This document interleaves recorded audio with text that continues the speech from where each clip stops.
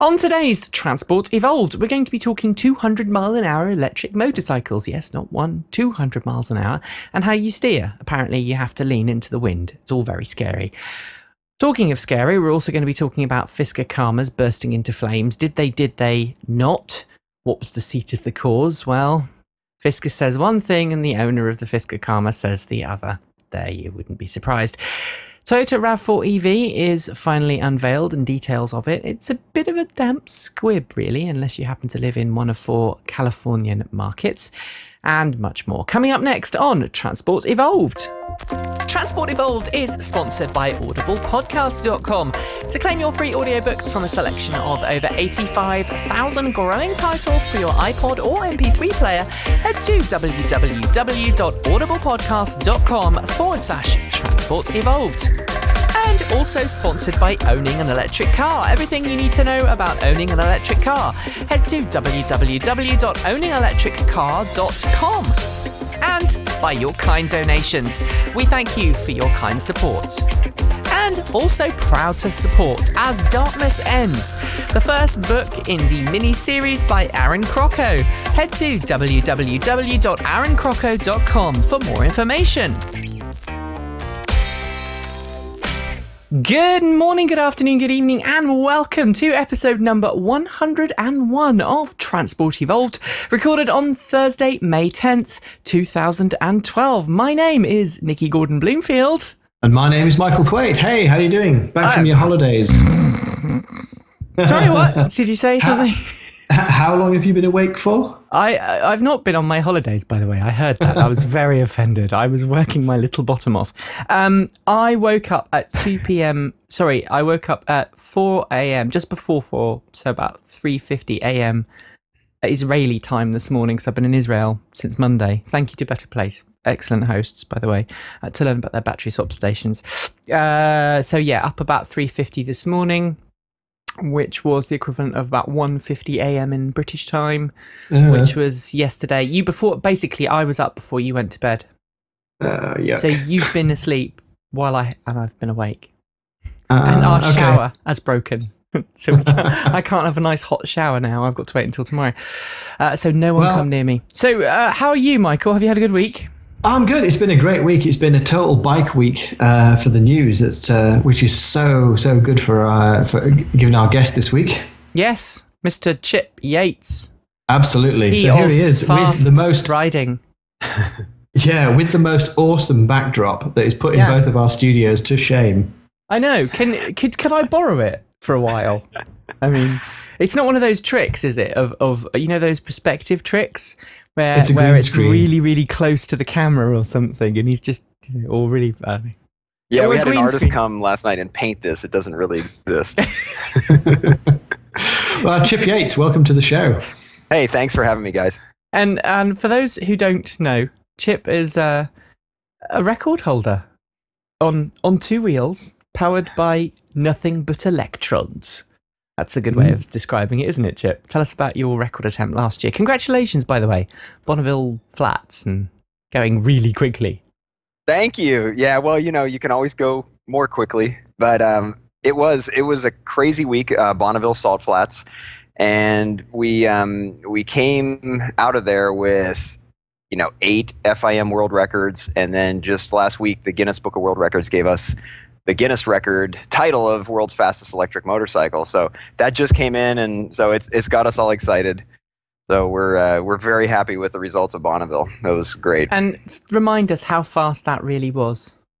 Well, the bike, Bonneville, you have to hold your speed for an entire mile in one direction, and then you have to turn around and do it again for a whole flying mile in the other direction. And so we hit a peak of 200.1 miles an hour, but our average speed was 196 miles an hour, something like that. So then we took the fairings off the bike and ran it as a naked bike and set that record. And so we got a little bit cute and ended up with a bunch of records. So, I mean, I'm a biker, but I'm more of an adventure biker than a go really, really quickly biker. Does that make me count as a biker still? Technically, no, you're not a biker. You're I'm only kidding. Yes, you're a biker. Thank you. Yeah, you see, give me a BMW GS and a around the world trip, and I'm happy. Ideally, I'm waiting for someone to make an electric version of that. But you're about speed, right? Just speed. No, I'm about technology. Really, it was the most exciting part of this was riding something that was all electric that we created, and it actually worked. You twist the throttle and it behaved just like a motorcycle. That was the awesome part. Mm-hmm. And so, even when I was riding up Pikes Peak during the race, or at Bonneville, or at Auto Club Speedway when we were road racing it, I never lost sight of the fact that I was riding an all-electric bike that we actually created. So, probably if you hired a professional rider who didn't create it, they would be able to go faster, because I always felt a certain sympathy for the bike, and I was listening to every noise that was coming out of the motor, and I didn't want to break it, so it's sort of a part of me. I got more of a thrill out of the technology than going fast, to be honest with you. I mean, we're watching some videos here of your attempts, and I love the way that you've managed to duct air from the front of the bike. You've got this air scoop to try and cool the motor down, presumably. Is that right? No, actually, yeah. The motor and the motor controller are both liquid cooled. Yeah, right. the motor and the motor controller are liquid cooled. The air ducting blowing in was blowing into our battery packs, and in Bonneville we had 3 battery packs on board, a total of 450 volts. So first of all, we had to heat the batteries over 100 degrees Fahrenheit before they would work with an acceptable amount of impedance. Otherwise, we'd see a big voltage drop. And then after they were heated and you started running, then you were worried about getting them too hot. And so we used the ram air for that purpose. Let's get a bit technical for a second. Yeah, let's get very technical. Not everyone knows what impedance is. When I was at school, it was always described as think of it as cops trying to stop the electricity from going, lots of electricity, letting a little bit through at a time. And the more impedance you have, the more restricted that amount of electricity is that goes through. But I'm sure you can describe it in a better way. You had some crap teachers, didn't you? Yeah, I did. Okay. The cops are always ruining everything. Yeah, that's right. Yeah, so with the lithium-ion polymer cells that we used, we found that the impedance was unacceptably high when they're cold. So you could say that the batteries really didn't work very well at all in cold temperatures. And we see that. We see that with other vehicles. We see people building battery packs that have heaters built into them and so on. So you want to keep the ions a-flowing, and to do that you need temperature. Then the flip side of that, though, is there's a range of temperatures where you get the best flow and you get the best performance. And the battery pack on our bike could put out 600 amps continuously. That's impressive. That's a 20C discharge rate. And at that rate, they would heat up. And so that's why we use the ram air to keep them in an acceptable range. So it was kind of one way. Well, it's kind of like the Goldilocks zone for batteries, but like that. 20C though, that's huge, right? I mean, that's well outside of the spec of the batteries, isn't it, for discharge? No. The cells we used were spec to a max 20C discharge continuous, which is 600 amps. They could actually be pulsed for 10 seconds to 40C, which is 1200 amps. And then if you dead shorted the batteries, they would put out 3,600 amps in a dead short situation. Did that ever happen? Did you ever have any accidents like that? No, we never had any accidents like that. We had battery management stuff catch on fire every now and then, which is exciting. Really, we had things catch on fire a few times in the beginning of the program, and really it came down to we were running very high voltages that vendors weren't used to seeing. So with our electric motor supplier and our battery charging supplier and our BMS supplier, they weren't used to seeing 450 volts sitting on their bus. And even though the components are usually spec to 600 volts, we had arcing that we needed additional insulation in our battery management cards so we revised those, and it was a learning process. But at the end of the day, It's little known, actually. I never ran a BMS on board the motorcycle. Wow. Yeah, we Ah. only had we had our own software that was sort of calculating the voltage, the total voltage, and then the battery health that we ran in a Motec ECU with our own code. But it wasn't until I would get into the pits after each race or each practice session that we would plug in our battery charger and actually be able to see each cell and be able to charge each cell and shunt those that were high and charge those that were low. And it was because there was a weight issue, and it was also because risk. We just wanted no risk of fires on the bike. I guess also there's a practical element to it. I know battery management systems, from my experience in kind of the DIY world, is that lithium-ion battery management systems can sometimes be quite fussy and do things you don't expect them to do. And if you're trying to break a record and accelerate as quickly as you can, the last thing you want is the battery management system going, "No, I don't think so. We're going to give you less current." Exactly. Yeah, we just took it off and said we're not going to deal with that. So let's talk about the batteries, because I mean, we talked about 20C, which is a referral to how much energy you can get out of the battery in an instant. Its discharge rate. Now, I'm too sleepy to try and explain discharge rates today, but do you think that those kind of discharge rates you were talking about, 20C, which is incredibly high for any kind of electric vehicle, is going to become more common? I mean, we see that kind of discharge rate in those little model helicopters and aeroplanes. You know, the little tiny, very, very high energy density little lithium-ion battery packs that you put in remote-controlled toys and whatnot. But do you think that's going to come into the real electric vehicle world outside of, you know, things like your record attempt?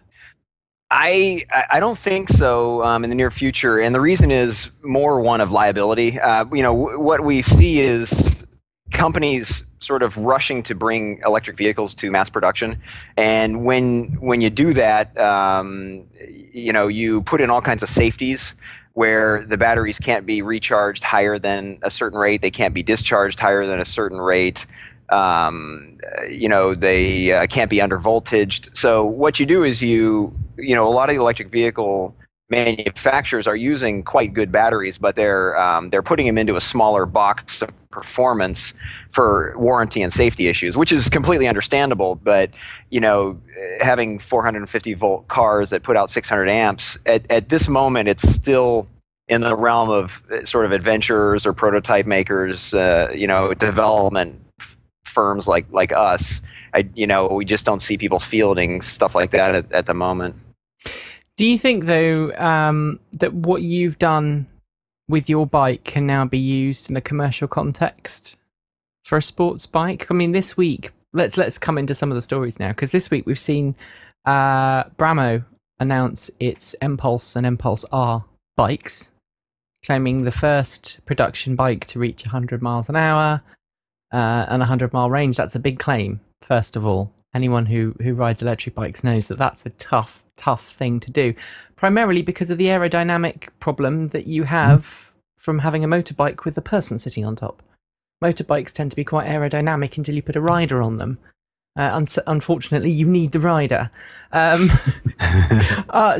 I mean, how do you evaluate their claim for their bike? Because they had a big event, I think it was last night, wasn't it? Yeah, I didn't go to the event. We know Bramo. I give major props to Bramo and Zero and Moto Sizz and all the guys that are building electric bikes. Lightning. We didn't ever really see ourselves competing with them because we had no commercial aspirations. But we did develop technology and filed a number of patents. And we think that what we did and what we developed not only sort of proved to people that electric bikes could be very, very high performance and could even compete with and even beat gasoline bikes. I think we proved that. We have patents pending on our front wheel KERS system, which we think is very unique, and I wouldn't be surprised if we end up licensing that to some OEMs. And then we have patents pending on our destination assurance algorithm that sort of guarantees you get somewhere with an electric vehicle. So you know, I see the Bramo. I think it's a very, very well executed piece. I don't know how to evaluate the mileage claims. It's outside of my area of expertise. I think you know the problem Bramo has is what everyone has is, you know, to make a beautiful motorcycle like that. They're using premium components, Brembo components, and it's just absolutely beautifully executed. But it's expensive, so. Yeah. You know, $19,000 or something is quite expensive. That was what I was going to come up to. $19,000. That makes the Zero DS, which is one of my dream bikes, look really good. We were having a little chat before the show. I prefer the kind of sort of tourer bikes, and the DS fits that bill rather nicely. But would you pay that much for an electric motorbike, Michael? I guess I'd have to, because that's what it costs. I mean, that's what they're charged. It's almost like, if you want it, that's what it is. It's a bit like the Tesla when it first came out. It was the electric car that, you know, if you wanted an electric car, you had to pay that kind of money because that's all that was available. Is it a lot of money? I mean, it's basically double the equivalent petrol bike, isn't it? I mean, what's the equivalent petrol bike for that kind of sort of size? Well, that's a silly thing. I mean, you could get a 250cc that would probably outperform it if it was a sporty 250. Oh, no, really? Well, I mean, it'd have to be a really highly tuned. Well, maybe. You know, two-stroke like a KR1 or something like that, which would be a sod to drive. But no, I'm imagining this is kind of better perform. I think this is going to be in your 900cc Ducati kind of sort of performance, and I'm kind of guessing. You don't think it's that quick? I'd say 600, really? 500, 600 max. With all that torque. With all that torque. That's true. I mean, the acceleration, but the thing is, it's going to feel like I reckon it's going to feel like something like a Ducati. I mean, something I can relate to, a Ducati SD2. It's going to feel like a big-engined bike with loads of torque and kind of unending acceleration, but maybe not, you know, rips well, until it runs out of puff. Come on. Be honest. How many bikers stay within the limit? All of them. How many bikers don't go above 100? I gave a camera to someone the other day to test on a bike. I didn't ride the bike, and they gave me the footage back, and they were breaking the speed limit almost the entire time they were riding it. Just while I remember, because we haven't done this yet, if you want to take part in the show today, this is how you can do it. You can join in the chat by going to www.transportevolved.com.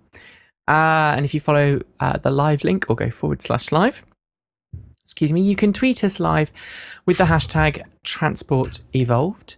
You can find the show notes where, Michael? You can find the show notes at tinyurl.com/TransportEvolved101. 101. It feels like an electric bike 101 today, doesn't it? Yeah. And if you are really, really just too geeky for words, you can find us in irc.va.us.mibit.net, or basically irc.mibit.net also works. Hashtag Transport Evolved. That's if you're geeky and you do the Hiro Nakamura style, pushing up the glasses on the news. All right, so more bike stuff, Chip, this week. I think you need to go out and break more records, mate. Because something else happened this week. In a quarter mile, 7-second, 200 mile an hour quarter mile from the McBrides. What do you make of that? That is absolutely incredible. That's that's such a milestone. I mean, we love stuff like that, because it's a team going out there and building a no holes barred electric vehicle and just blowing the doors off stuff. I mean, that thing was over 1,300 horsepower. Yeah. It did a 6.94 ET in the quarter mile. That is absolutely insane. Top speed of 201 miles an hour or something. Yeah. Unbelievable. I don't know what class that fits into. I'm not into my drag bikes as much as I should be, but I don't know what class that fits into. It's obviously specialized drag bike, which is very different to what you were riding. It fits into the extremely fast and very cool. But if you watch this video, I'll bring up the video in a second. This would absolutely, I admit, hand on heart, this would scare me. If you watch when he takes off, he has to lean into the wind because the wind is blowing so strong. You look how much he's leaning over. to I think stop. that's him steering. Is that him I think steering? it's steering and I mean, also to control the bike and presumably also to stop himself from from flailing off. flying I off. I mean, think Yeah. it's wind and steering and trying to control the rear yeah. wheel. I've got to ask. I mean, you've done 200 miles an hour on a bike. I mean, what is it like? What's different about 200 miles an hour than sort of 100 miles an hour? Because it's like twice everything, right? Yeah, it's, you can't steer. That's exactly, you were right about what he was doing. Spider-Man over there he was actually steering the Yeah. bike by sticking his body into the wind. He's using his body as a rudder, almost like in a boat. Oh, And that's exactly what I did at Bonneville. And you can see, if you look at our Bonneville video, at one point, I stuck and for me, I was using my knee. I was sticking my knee outside of the fairing into the wind, and on the side that I wanted to turn towards. But one time I did it a little too much, and it started to wobble at about 200 miles an hour. And as I was slowing down, you just can't steer the bike at that speed. And so I went off course and hit a mile marker, and it's slowed to 150 miles an hour by the time I hit the mile marker, and it broke my windshield, broke the fairing, and broke my helmet. And you could see that. Wow.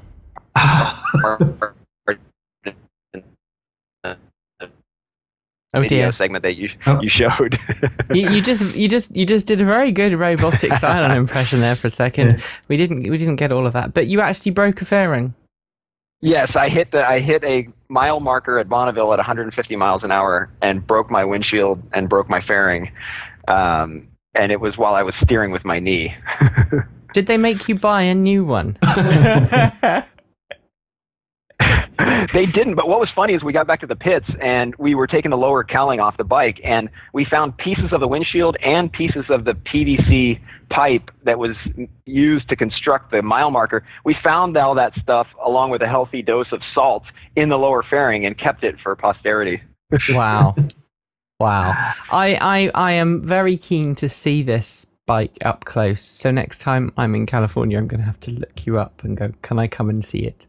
Yeah, So- well, actually, you'll be able to see it. We donated this bike. The bike that's behind me right now is here in our shop for just about one more week, and it's been donated to the Peterson Automotive Museum in Los Angeles, which is one of the top, if not the top. Yeah. So they're going to have it on permanent display, and we're honored that they want it in their collection. And so yeah, people, if they want to see it, and there'll be a video running, and I'm donating like my helmet and suit and some memorabilia. Cool. So you'll be able to come to the museum and check it out. Are they going to put it next to the EV1 that's in the museum? Because they've got an EV1 in their collection, haven't they? They do. They have two places they could put it. I don't know what they're going to do. They have a alternate fuel transportation hall that sort of honors alternative fuel technologies, and then they have motorcycles and cars, of course. So I'm not sure where it'll actually end up. Cool. I think it's probably. Oh, go on, Michael. Go on. We should do it. We should do an ad break. We should do an ad then break. We'll come back with more. We'll come more back questions. with more. You see, I'm being very good today. I'm not doing too much in the way of talking, and I'm keeping things smooth. It is time for an ad break over at... Oh, I pressed the wrong button. I knew I'd do that at some point today. It is time for an ad break, so let's go and talk to our good friend, Mr. Aaron Crocco. Take it away, Aaron.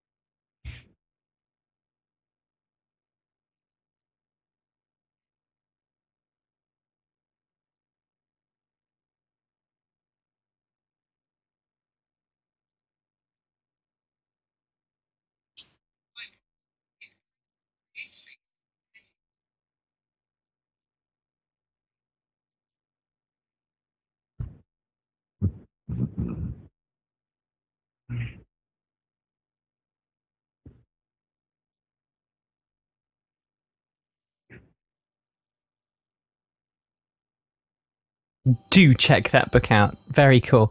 While we're on the subject of going very, very fast, just for those of you who would like to see, because I know we've got quite a few listeners in the UK as well as listeners around the world.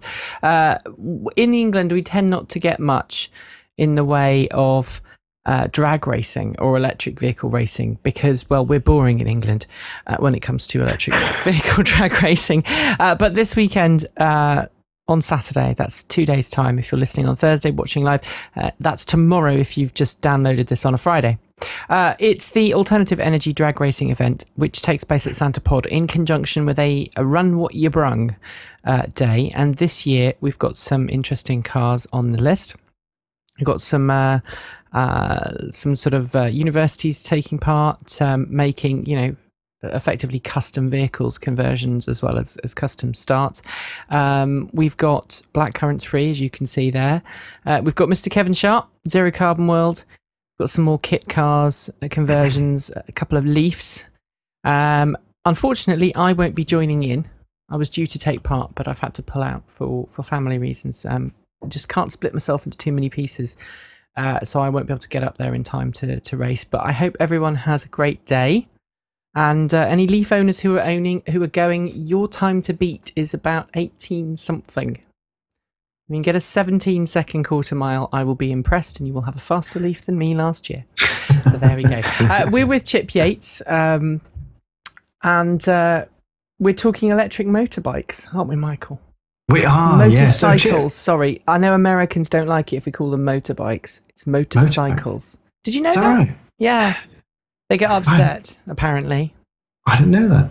Well, you've lived there long enough. Americans. You never make them happy. So, Michael, you had a question about speed. Yeah, I was just going to talk about the racing, about the bike racing. How did you get into it, and how did the other sort of petrol heads sort of react when you bought, particularly the bike with the pizza box on the back, which I thought looked brilliant, by the way. Well, it was funny because I was working at Boeing, the aerospace company Boeing, doing sort of a regular job, and picked up motorcycle racing on an amateur level as a hobby. But my personality is sort of figuring out how far can I go with stuff. So it really was a case of, well, I'll be a novice. And in 2007, I was a novice. And in 2008, I was an expert, but still an amateur. And then 2009, I said, I wonder if I could turn pro. So I did that and turned pro with the AMA here in the States. And then also in 2009, I got a wild card ride in FIM World Supersport. Did that race. So that kept going, and the party kept going. But the party ended halfway through 2009 when I broke my pelvis. And it was in an AMA pro race. It's well televised and well covered. Me upside down in the air. There's some still photos, and it meant I couldn't race for the rest of 2009. So I took the budget that I had for the rest of my AMA Pro season and used it to develop this electric motorcycle. Wow. So when you sort of like wheeled it out and took it to the tracks, what was the sort of reception that you got from the other riders and the other teams? Well, yeah, the first time we raced it against anything was January of 2011, and we entered it in a regular gasoline or petrol, race at Auto Club Speedway. And we really did. We wheeled it out of the trailer, and it was all gas bikes, Ducatis, Hondas, Suzukis, and we were the only electric bike, of course, and we had the pizza box on the back.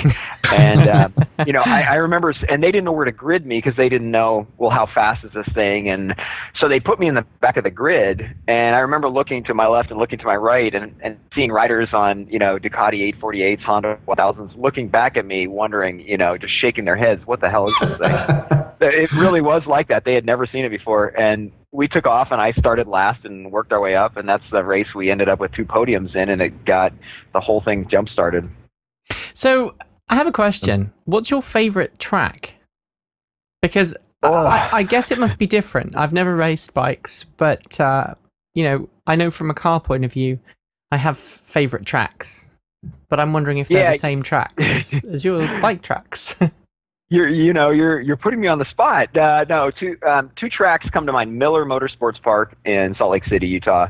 That's where I did my wild card. So I have a soft spot in my heart because I took a checkered flag in a world championship race at Miller, and it's a very flowing track, beautiful track, and it's a FIM homologated track, so it's world class, very safe. And then Laguna Seca is probably, if I had to pick, I would have to say it's my favorite track. It's my favorite track. It's awesome, and in 2009 I raced in the AMA race there on the MotoGP weekend, and so I finished like 20th out of 40 people, so it was my second or third pro race. So I beat sort of half the field, and half the field beat me, but there were like 100,000 people in the stands because of the MotoGP was there, and that I will never forget. That must be a pretty tough track for an electric motorcycle, though, because that last bit as you're building up to the corkscrew, that's quite a steep uphill bit, isn't it? It's the left, and then the corkscrew. And how does the corkscrew feel on a bike? Because in a car, it's brake, in, head for the trees, round. Exactly. I never rode my electric bike at Laguna Seca, but I raced there in the AMA on my 600. And coming up that little back straight to the corkscrew, you can't. All you see is blue sky. Yeah. So the reference marker that I would use was an overhead banner that said Mazda. So you sort of aim for the Z, and and then hopefully you don't go off into the gravel traps. Let's talk TTX-GP. Things have changed an awful lot in electric motorcycle racing over the last couple of years. It's gone from being almost an exhibition, like a oh look, isn't this quaint? People have figured out how to make electric motorcycles, and they can do a couple of laps of the Isle of Man, to something completely different. What's your views on the TTX GP and its future, and what that can do for electric motorcycle sport? Well, it's awesome. I mean, Azhar Hussain had the vision probably in, I want to say 2008 or something even, and came up with the idea and built a series. And it has grown. It's got a good following. It's well covered in the media. There's been some breakaways where you've got the FIM and they have their e-Power series, and then you have the Isle of Man TT, and they have their own sanctioned series for the TT races. So you really have three notable electric series that are out there running. Well, TT0 is soon, isn't it? It's the end of May, I think. Yeah, and with the Isle of Man TT race. It's neat. And I love the Isle of Man. I just met with them at NASA Ames Research Center when I presented some technology on our electric airplane. And the Isle of Man TT had sent representatives to NASA Ames, and I got to meet them in person. And they knew me because we had been talking with the Isle of Man government for the last 2 years about bringing my electric bike over to the TT races. And they're so entrepreneurial, the island and the people that run it. We couldn't do it. We didn't do it the first year for logistics, and then this year the bike's been retired and it's going to the museum. But I stay in touch with them, and we have some ideas to fly my electric airplane over and land it on the Isle of Man. I'll do you a deal. I'll do you a deal. If you come over to the Isle of Man, you're going to have to hop over, come down to Bristol. We've got some good airfields down here. So tell us about the plane. Tell us about the plane, because I'm a plane geek too. I mean, yeah. So yesterday or last night or something, we were up all night finishing our website, and it's just been launched. It's called flightofthecentury.com, and it's just gone up. And what it is, it's a company that we just started, and we are developing a series of electric airplanes. We have one that's actually in our shop right now that we're putting our electric powertrain into, that's going to fly this July. So July 2012, this thing is going to fly. Oh, and awesome. we're going to attempt a altitude world record for a manned electric airplane and a top speed world record for a manned electric airplane. And so, there's an image of it. And so that is happening as we speak. But our company is developing a technology that allows an electric airplane to fly basically forever. And what it is it has battery packs attached to the airplane that can be dropped when they're depleted. And they have wings, and they glide down to the ground, and they're collected by recharge stations, and another pack is launched from the ground and rendezvous with the main electric mothership that's still flying, and docks with it and enables it to keep flying. And so we've got a couple things around that we filed patents on, and we've got some really interesting programs going with on the government side for UAVs, and then also on the commercial side for the neat sort of popular science aspect of it, like space, like over ocean tourism and electric airplane tourism, because you can fly for it. So I totally want to come and see those now. I having spent, I think I spent about 10 hours on a plane today. There has to be a better way than than small planes. But one of the challenges facing electric airplanes is they tend to have to be quite small at the moment, right? And they have to have quite big wings, which means then they are susceptible to turbulence and all kinds of other things.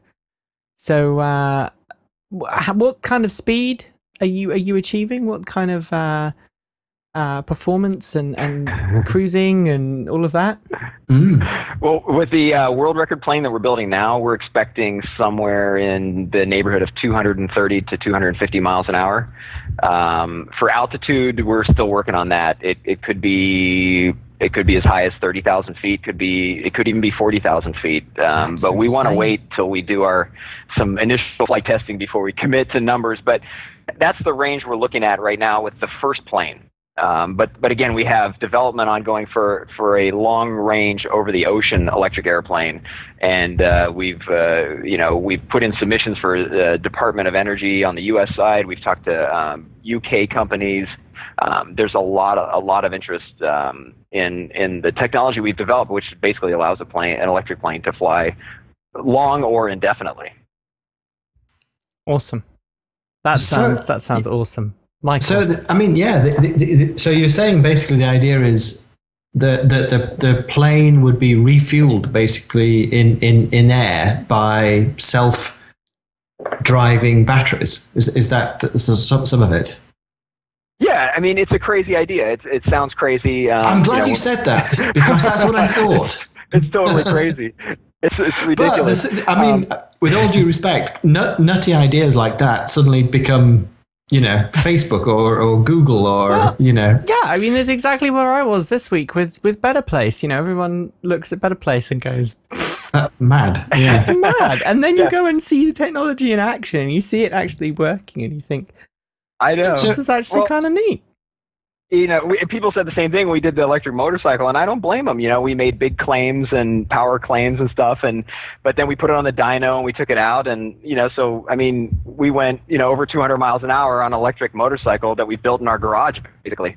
And now, we've taken that success and we've taken the funding and we've created a legitimate company and we're doing the airplane. But there's basically two stages to this. So, getting away from the outrageous part of it, what we're demonstrating first is our electric airplane is we're going to take our battery pack and break it into 10 segments. So instead of having one, 1,000-pound battery pack, you have, 10 100-pound battery packs. And you burn them sequentially, and when each one is depleted, you drop it off the plane, and it gets parachuted to the ground. Okay, that is very doable, and that's what we're actually building right now. So it's still kind of crazy, but it's less crazy. And by dropping portions of your battery pack as you fly, you can basically double the range of the electric airplane. So just by pooping out battery packs that are dead, you get rid of weight, the plane goes twice as far. That's pretty cool, and that's the first step that we're developing. I just, there was a time when you had to worry about poop coming from planes and hitting. We've heard the horror stories of 80,000-foot frozen feces hitting people and killing them. Now it's depleted battery packs. I hope you have a good legal team, sir. We're keeping the poop on board, but we're dropping the battery packs over our collection centers. It is awesome. That is awesome.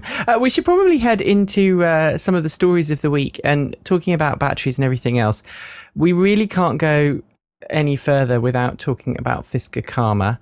We've got some positive battery stories coming a bit later in the show, because I want to give you a very brief rundown of what I learned in Israel. Okay. But on Monday, talking about, Waste product. Well, it hit the fan again this week for poor old Fisker, didn't it, Michael? Tell us about that. Oh man, yeah, what a bad day. These guys can't catch a break. So basically, this is in Fort Bend County, Texas. Brand new Fisker, only a couple of weeks old, still on its pre-registered plates. Yeah, basically. Guy brings it home, parks it up next to his Honda NSX or Acura NSX, which is also a shame, and a Mercedes SUV, which I couldn't give a damn about. And basically, the thing catches fire and burns his house down. Now, the good news is that the batteries are still intact and he hadn't plugged the thing in yet. So that speaks to the batteries and to the electronics as perhaps not being the cause. But where it's all gone a bit sour is Fisker's legal team seem to have come out with a kind of a slightly guarded but a little bit too obvious, well, we haven't quite ruled out the possibility of fraud. And Doug in the chat room actually just shot me a link to an article actually which has just come out. Basically, the response from the owner, and he is pissed, to put it bluntly, and not entirely unreasonably. The guy Jeremy Gutierrez, I think I'm pronouncing that correctly, is basically getting very, very specific and saying, look, guys, this car just burnt my whole house down and my nice Acura NSX and some crappy old SUV. No, he didn't say that, actually. But this is something about an SUV that got burnt as well. And, you're trying to put the blame on me. But read his attorneys, the statement from his attorneys. That is particularly interesting. Mr. Gutierrez fully accommodated the precise and somewhat peculiar demands of Fisker Automotive, who sent their self-proclaimed SWAT team of engineers and inspectors that included their own forensic cause and origin investigator to his home within 24 hours of the fire. They descended upon the home in alarming numbers and immediately demanded a 24-hour lockdown of his home, including the remains of the Fisker Karma vehicle, cordoned off portions of his home with non-transparent tarps to block the view from public. I mean, this is like having the FBI turn up, Look, things catch fire. Mm-hmm. Petrol cars catch fire quite a lot. I mean, anybody who's owned a VW Type 2 camper... I mean, sorry, I shouldn't have said that. Isn't that like the common sight on Californian roads in the summer? All the Type 2 buses just sitting at the side of the road, smouldering slowly. Yeah, except that's just funny. This is more alarming. So carry on. I saw the story, and from our knowledge about testing and abusing batteries, and I know the batteries that are in there, we know pretty well. I could almost guarantee you that it has nothing to do with the batteries themselves. I mean, we've taken batteries like that and abused them in ways that are inconceivable. And we've never, even in a dead short, been able to actually catch one on fire. So having a battery pack, sit there and spontaneously catch on fire and burn down somebody's house, from our expertise, there's no way that would happen. The fires that we had at our place were tiny little fires that you could blow out just by puffing some air on them or peeing on them or something, and they were all on the battery management level. And so I don't know if that happened. I'd hate to speculate, but my whole thing about this is this is a sensational story. The media wants to grab it and make it sensational. But I think we should all zoom out a little bit and look at this from a high level. Look, everybody around the world wants green energy to succeed. Everybody wants, everybody wonders, why can't we get more green? Why can't we get more electric vehicles? Why are we using so much petrol? That's what everybody wants. And then companies like Fisker go out on a limb and build one, which, by the way, is incredible. And Tesla goes out and builds one, and the electric bike guys go out and build these things. And when something goes wrong, this hasn't even been proven, by the way, that it was anything to do with Fisker or their batteries. But when something goes wrong, then we crucify them. So these are our friends, guys like Fisker and people that are making electric vehicles. They're out there taking a risk. Nobody's making profit in this space. No one's making profit. So these guys are visionaries, and they're out there doing their best. And for sure, if somebody's house burns down, it's terrible. Don't get me wrong, but I think we should step back a minute and let the investigation go forward. But from where we stand, I can't imagine the batteries themselves had anything to do with this. It's going to be interesting to see what happens next. I mean, Fisker is in a very tough situation because it's a very small company. It has only just really survived the last press nightmare. I think if there's one thing that Fisker could learn from this all, it is that it needs to become extremely proactive, even more proactive in talking when something like that happens, and go, look, got it under investigation. This is what we've offered to do to the gentleman whose house it is. We are investigating it. We know X, Y, Z. We will have a report in a week. Yeah, rather than throwing a tarp over it. No, and to Chip's point, actually, I usually dig in on anything Fisker related because I'm not a huge fan. But yeah, you're right. Actually, they are trying to do the right thing, even if it's if their interpretation of what the right thing is jars with what I think it is. At least they're trying to do the right thing. So yeah, you're right. I mean, everyone knows that bad things happen. All the time.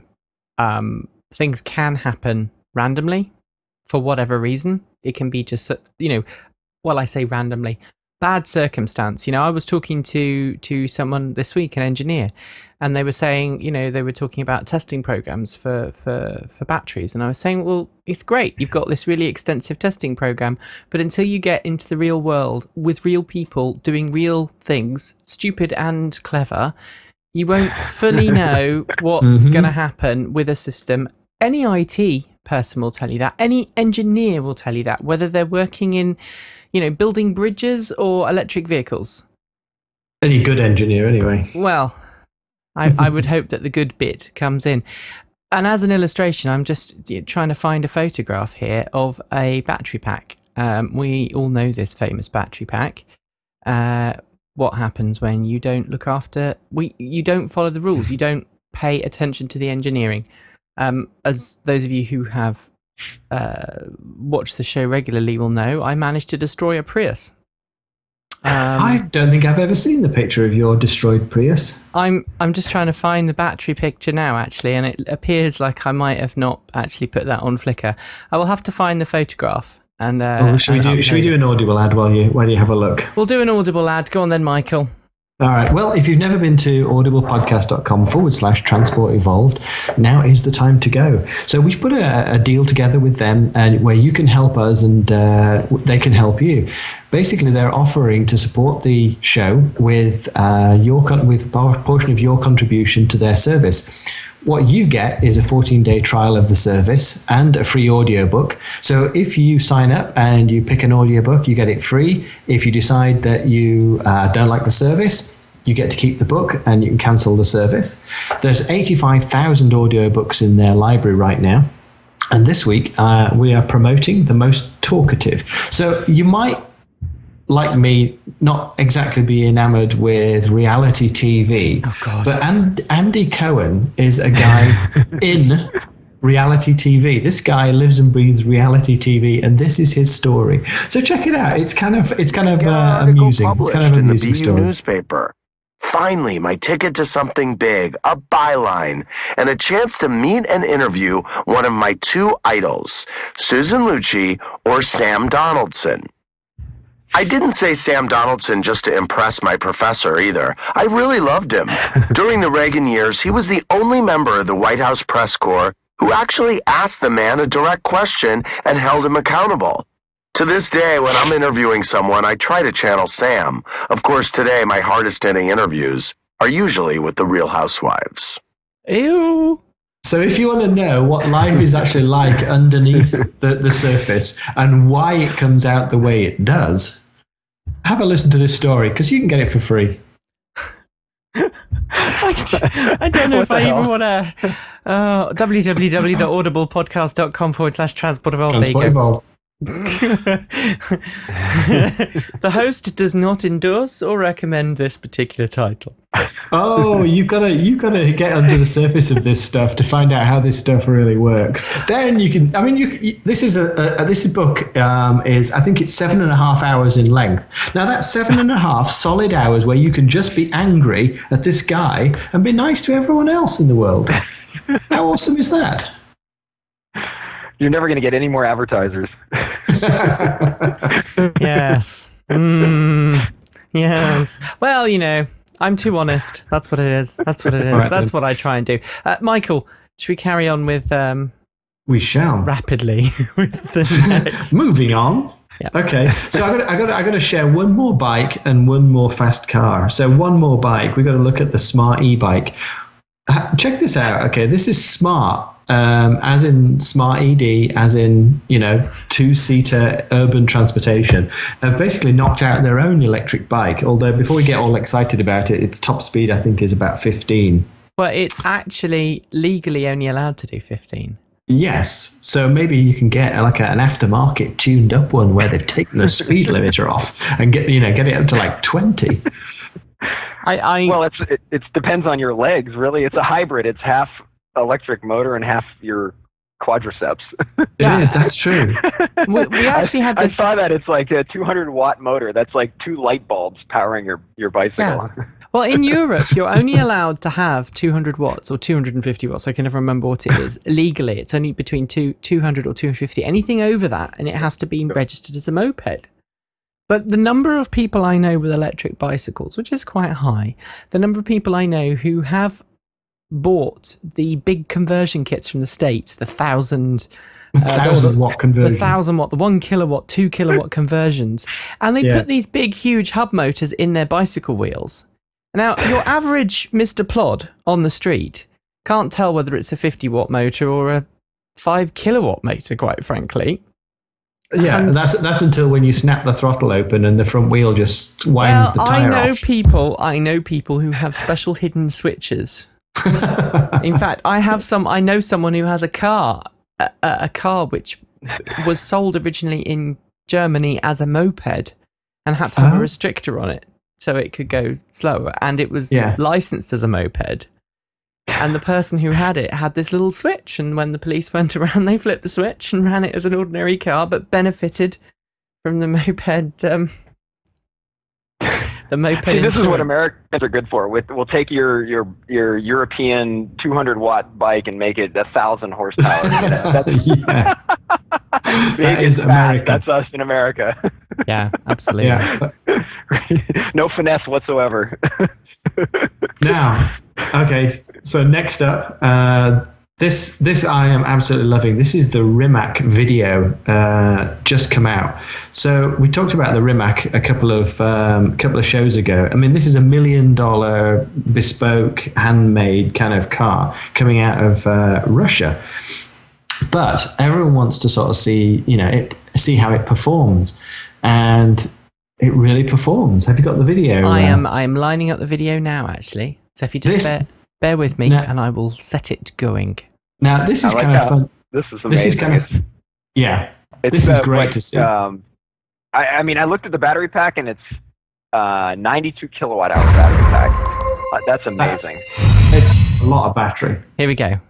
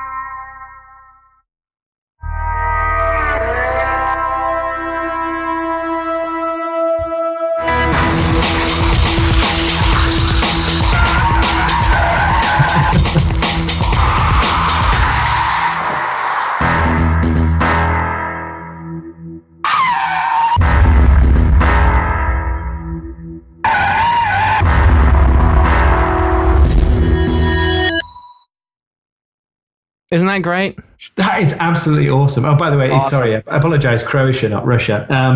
And this is funny actually because I check out YouTube clips from a guy called Crow Driver. I don't know if it's Croatia that breeds these guys, but this guy Crow Driver does the most amazing videos with the most awesome soundtracks to his converted 3 Series BMW. And like this car, it's the same guy. Is it the same guy? No. Yes. Really? What? I think that's the rumor. I don't know if it's. I haven't had a chance to look into it, but everyone that I've spoken to about it has said it's the same guy that made the BMW. That guy's BMW. Okay, that guy is okay. Wow. Okay, that guy is awesome. Maybe someone in the chat room can confirm that because I've been away. I haven't had time to dig into it properly, but I certainly saw the emails flying around this week from various people going, "It's the same person." Wow. Okay, that's amazing because I'm a huge fan of his and I love his videos. I usually whenever I do these green fairs and stuff like that, I have them on a loop on an iPad, just because it like this Rimac. He stood still. Silence, and then click, the back wheels are spinning and he's fishtailing off up the road. It's just amazing. It's just a brilliant example of what masses of torque can really do. Awesome. And question, when will it be on Top Gear and when will they not be able to say anything horrible about it? Because it's impossible to say nothing. That's gonna kill him because it's got the range, the power, everything. Oh, but it's $1 million. Jeremy hates electric vehicles. He hates them. That's possibly true. That is possibly Jeremy true. Clarkson. So we like it. Everyone in the chat room is very excited about that video. They said it's very good video, very good. And I do agree. I think the Rimac is going to be awesome. And when it first came out, there was a real skepticism. Oh, this is just this is not. It's awesome, but it's not going to be great. And talking about vehicles that are not going to be great. Toyota RAV4 EV. Oh, it's going to be okay. Fewer than 1,000 a year? You? No, that part's not going to be okay. This was the second coming. The second coming of the electric RAV. It came, it saw, and then it went home because it couldn't be bothered to conquer. So what do we think about this? This is the one that goes 75 miles and then needs 6 hours to recharge, I think, right? And I hate to say it, I don't like the design of the new RAV either. I prefer the old RAV4 EV to the new RAV4 EV. It's crossover SUV, softy. This is Toyota making just enough cars to satisfy its Californian Air Resources Board requirement, of course. Which was the first one? Toyota is going to build and sell roughly 2,600 RAV4 EVs over the next 3 years, and it will launch in only 4 California regions. So not even in the whole of California. Not even all of California. Just in 4 regions. This is according to my colleague John Volker, who was over at EVS 26. So he got to have a good chat with the people behind it. And just to put that into context, 2,600 RAV4 EVs, that's a couple of months worth of probably 6 months worth of Leaf sales. That's like I mean, as a car, it's not bad, really, is it? I mean, I'm no fan of SUVs, and I think crossovers just I'm not quite sure what the point is, but the performance, 16.7 seconds, 100-mile range. Fairly good drag coefficient of 0.3. I mean, it's going to have a reasonably high frontal area, so it's going to, its range is going to drop a bit, I imagine, when the speed gets up.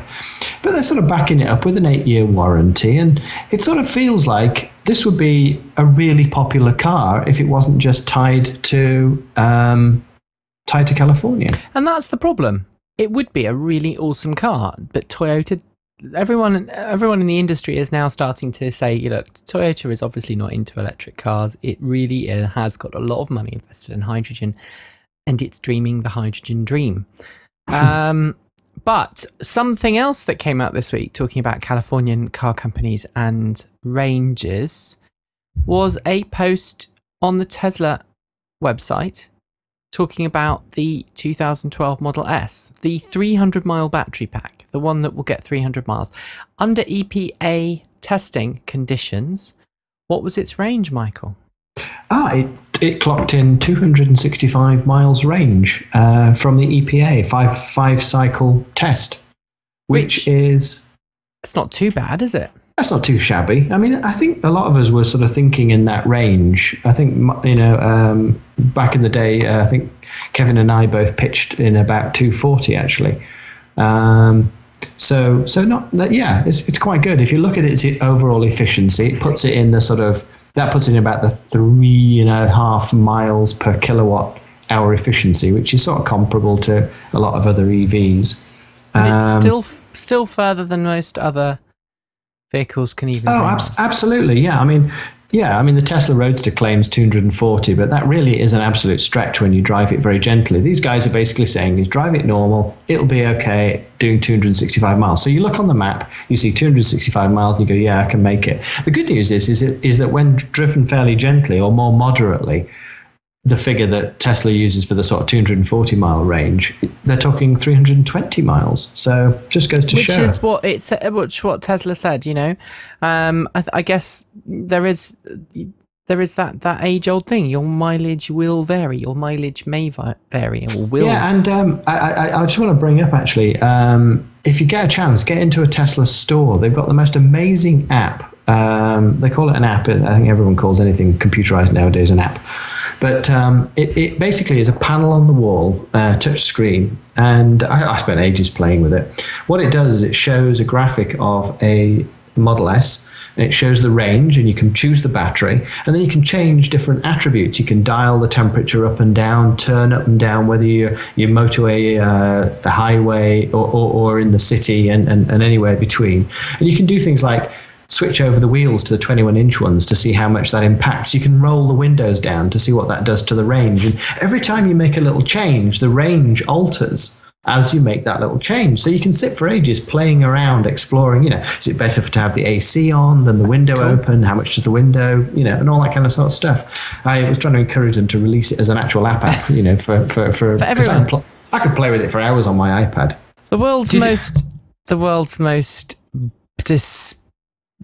Joel, I don't even know how to describe it. The world's most ugly charging connector has now been approved by the SAE.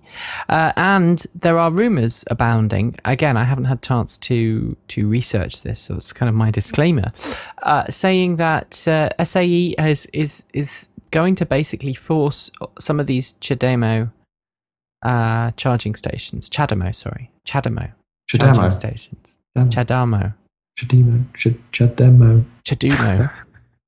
This is an ongoing joke, by the way, Chip. I used to say CHAdeMO. How do you pronounce it, Chip? And it's apparently. So how do you pronounce it, Chip? Breaking news right here. Breaking news.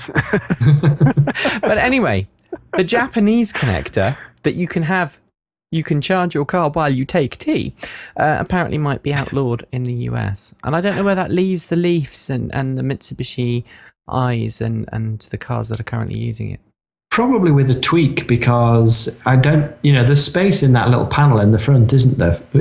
To put this kind of connector either on its side at worst case or just shuffled around. So in some respects, I'm happy that they've come up with a standard. I'm glad about that. And the connector looks ugly as sin, but I've seen some artist impressions of different models that might look a bit nicer.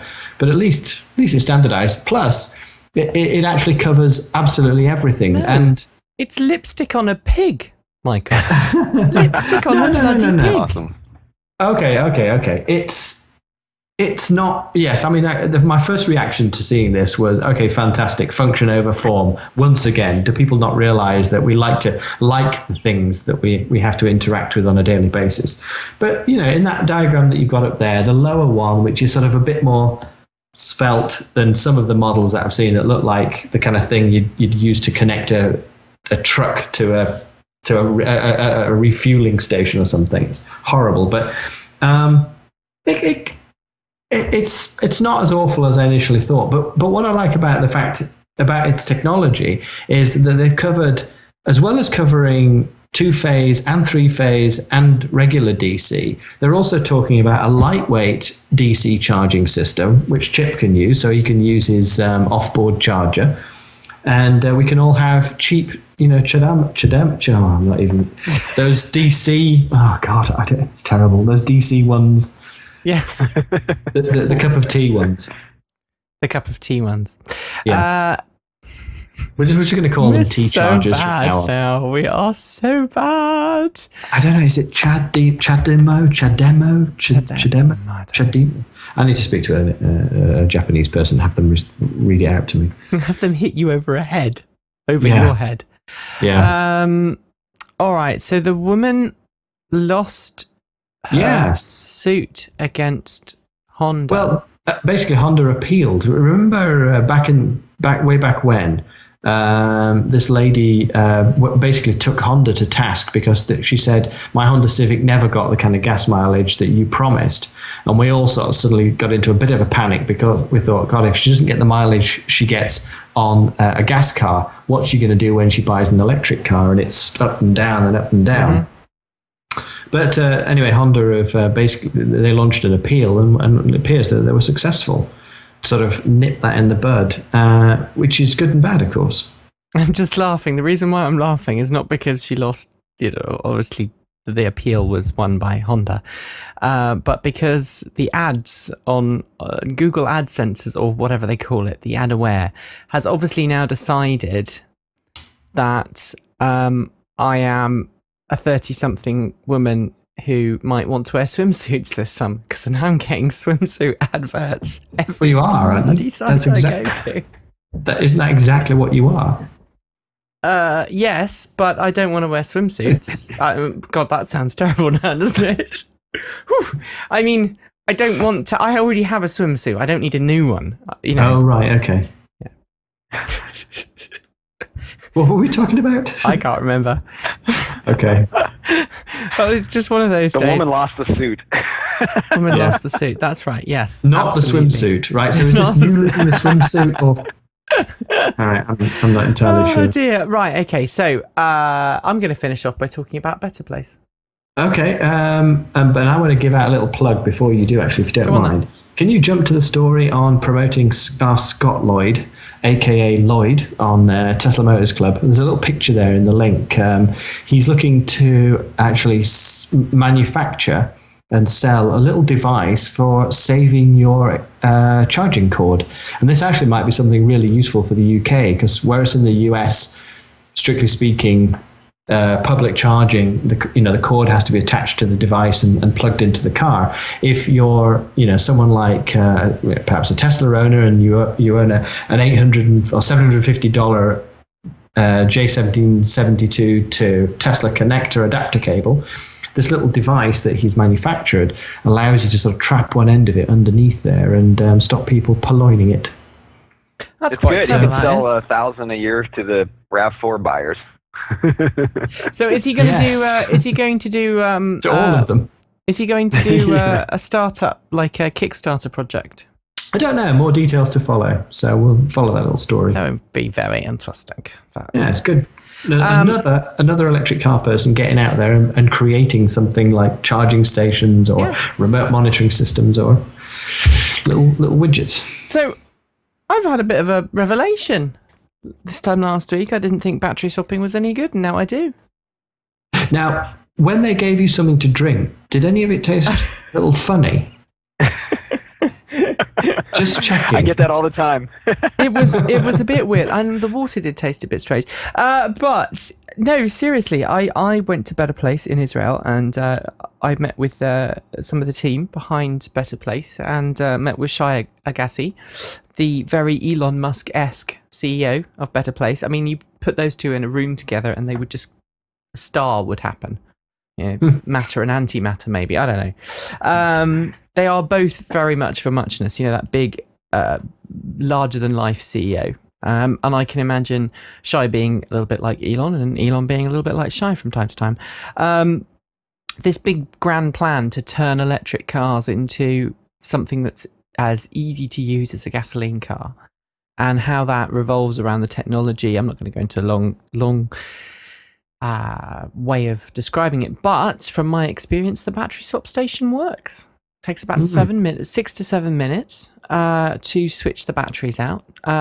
Fully integrated system into the car, so the car knows where the nearest charging station is. It knows where the nearest battery swap station is. It tells you if you need to go there, if you weren't planning to, but it thinks you're not going to get there. It will direct you to the nearest swap station and swap out. They don't need hundreds and hundreds of batteries. They only have about 6 to 12 in a station at the moment, because the capacity. If it's taking 6 minutes to switch a battery, the battery that's switched out, the empty one, is ready to go 45 minutes later. So by the time you've had other cars, even if there's a long queue and they each switch a battery, by the time the 7th or 8th car comes in to switch their battery, the first battery that was depleted that had been removed is now is fully charged and ready to go again. I didn't explain that very well. I get it. So it cycles through the batteries. So as one comes out, it's charging the other. Yeah, it's very impressive to see.